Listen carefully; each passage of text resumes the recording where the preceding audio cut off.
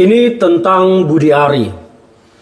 Beredar di media sosial dan bahkan sudah dimuat oleh media-media nasional sebuah percakapan lewat telepon yang suaranya mirip Budi Ari Setiadi dan seseorang yang sampai hari ini saya sebetulnya belum tahu siapa, dan saya sedang mencari tahu siapa teman bicara Budi Ari tersebut. Kabarnya seorang wartawan. Saya berharap bahwa wartawan tersebut bersedia untuk muncul ke publik dan mengatakan sayalah yang merekam dan sayalah teman bicaranya. Maka ini akan sangat berguna bagi penegakan hukum di negara kita. Karena PDI Perjuangan, kader PDI Perjuangan ya, atas inisiatif kader ini telah melaporkan saudara Budi Ari ke Barreskrim Polri atas dugaan fitnah pencemaran nama baik pasal 310 311 KUHP. Namun memang laporan ini akan sulit ditindaklanjuti kalau saksi mahkotanya, yaitu orang yang bicara, orang yang merekam, tidak muncul ke publik. Ini lagi-lagi soal judul. Budi Ari memang disebut-sebut semua di dalam dakwaan, berkali-kali disebut. Meskipun ada yang membantah bahwa Budi Ari tidak terlibat. Meskipun ada yang mengatakan udah bawa-bawa nama Tuhan, Budi Ari tidak terlibat. Bahkan Budi Ari pun sudah bawa-bawa Tuhan berkata Gusti Ora Sare. Justru karena Gusti Ora Sare lah makanya kasus ini mencuat meledak. Dan membawa-bawa nama Budi Ari Setiadi yang telah mempekerjakan seseorang yang tidak lulus tes bekerja di kementeriannya pada saat itu.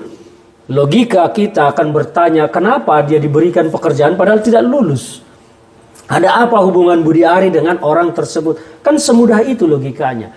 Dan sekarang dakwaan jaksa berkali-kali menyebut nama Budi Ari dan dikatakan di situ mendapat jatah 50% dengan kode PM.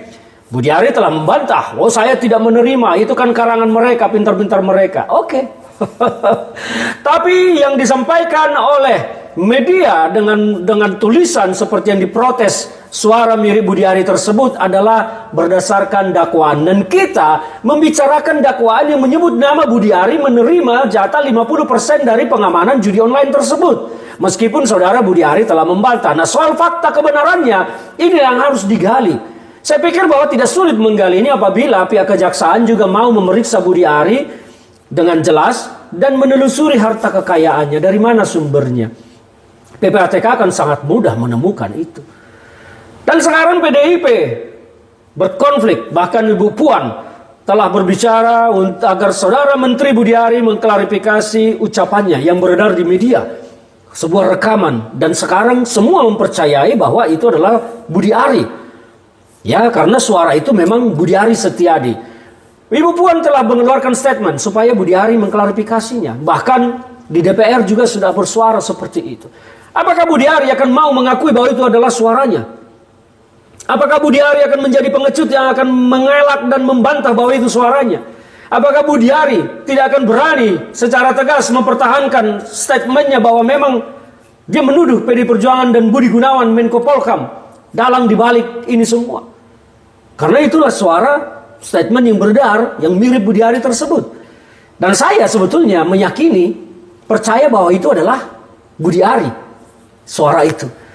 Tetapi apakah itu Budi Ari sebetulnya? Hanya saksi mahkota, teman bicaranya yang merekam itu yang akan bisa membuktikannya. Maka saya berharap wartawan, orang yang merekam tersebut, yang berbicara dengan Budi Ari tersebut agar keluar ke publik menyatakan bahwa dialah orang yang merekam.